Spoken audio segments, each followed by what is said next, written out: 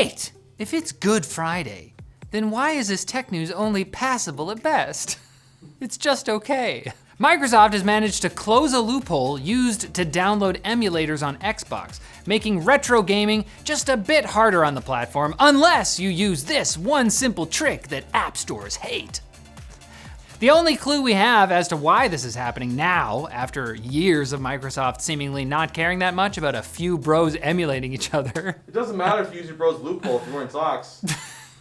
The only clue comes from Microsoft Azure developer Aliana McKenna on Twitter. She claims a colleague from Xbox QA said that this was related to legal issues with Nintendo. And while that almost makes too much sense, there are some caveats. McKenna didn't provide any receipts, and emulators have been officially banned from Microsoft's store policies for a long time. So it's conceivable that Microsoft suddenly decided to enforce their own rules, those pieces of shit.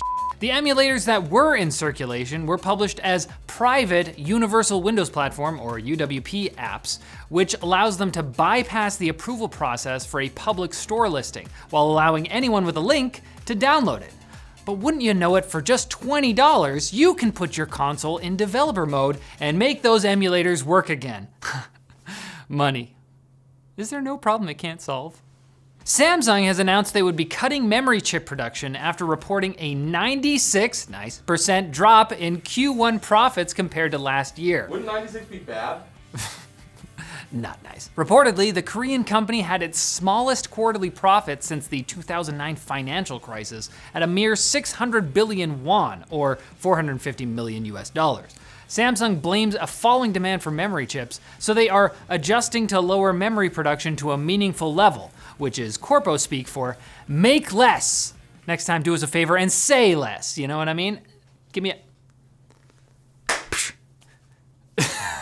Competitors like SK Hynix and Micron had already reduced their production, but Samsung allegedly held off doing the same to grab market share from these competitors. I guess that went well. The good news for you, dear consumer, is that this trend of hilarious tech goofs should lower prices on PC components, provided that they actually follow economic trends and aren't artificially inflated due to swarms of crypto and/or AI bros. GPUs! That's what happened. Also, market analysts predict the price decrease will only last 6 months, at which point the prices will go up, at least for DDR memory.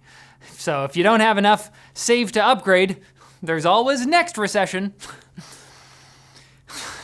And 2 major telecom companies up here in Canada have merged and become one. That's right, we have problematic mergers too. We're a real country. We exist!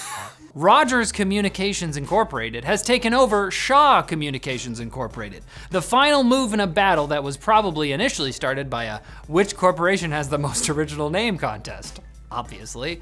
The acquisition cost Rogers a cool 20 billion Canadian rubles, which equates to about 14.9 billion freedom bucks. Consumer advocates have long protested the lack of competition in the Canadian telecom space, with the market dominated by 2 companies, Rogers and Bell. And occasionally TELUS tags in for a fun 3-way on the West Coast, where only consumers get screwed. Canada's mobile data cost per gigabyte is currently 7 times more expensive than Australia, 25 times more than Ireland and France, and 1,000 times more than Finland.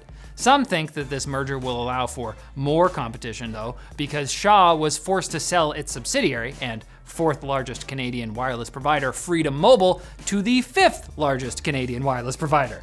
Now if that's confusing, it's actually fairly simple. 2 mergers may decrease the number of companies, but still increase competition through the sophisticated application of blood sacrifice and lies. Now it's time for Quick Bits, brought to you by Secretlab. Standing is hard sometimes, so treat your Stanley Tucci to a comfy seat with Secretlab. Their sleek, ergonomic, high-quality chairs are built to withstand the rigors of gaming or office work for long hours, even if you're touring the Italian countryside. The Titan Evo 2022 is their most technologically advanced chair yet, with 4-way lumbar support, cold cure foam, and swappable armrests. It's no secret, their chairs are great. Check out Secretlab using the link below. Do you ever feel like life moves too fast? Well, You're about to, because here comes the quick bits. Former Tesla employees have claimed their coworkers passed around private videos recorded by customer vehicles.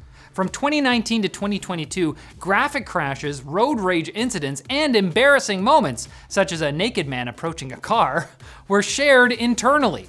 Tesla states in their privacy policy that camera recordings remain anonymous, but former employees claim that a program used internally at the company can display location data that can be used to identify customers. So if you were ever naked in front of a Tesla, it may be time to take that permanent vacation to Mexico you've always dreamed of. For just the low cost of everything you have in your whole life.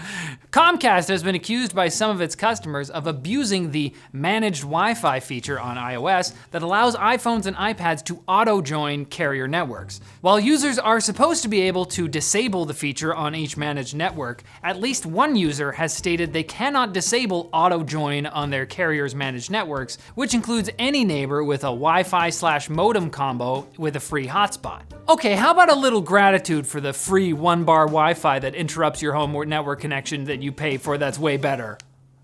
We didn't have to do that. Twitter is disabling likes, replies, and retweets for any tweet with a link to Substack, and only Substack, because that's the next bold step to ensuring freedom of speech on the internet, preventing writers and journalists from sharing their point of view or making money. Twitter has not announced any reason for this change, but it comes shortly after Substack announced the Notes feature, which could kind of be seen as a Twitter competitor, but not really. It's a stretch. So far, Elon Musk is doing a great job of fostering competition to the product he owns. AMD's acquisition of Xilinx has borne fruit with the launch of a standalone media accelerator card for data centers. Juice them, baby. Yeah, okay, that sounds boring, but actually, the Alveo MA35D is the first in a line of media accelerator cards for data centers that could change the streaming game, thanks to its ability to encode and decode AV1, H.264, and H.265. EPOS Vox does a tremendous job talking about how awesome this $1,600 card is, so check out his video if you, like me, had to be convinced this thing is cool. And a nasty rumor has come out that Sony is planning to launch a new handheld.